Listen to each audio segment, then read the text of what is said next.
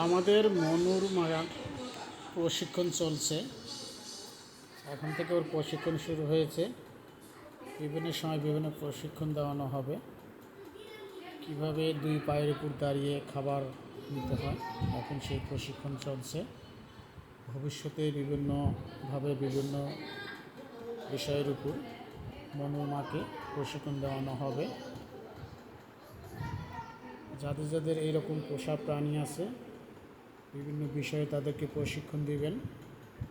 বিভিন্ন বিষয়ে তাদেরকে প্রশিক্ষণ দিয়ে তাদের বিভিন্ন বিষয় কী করবেন।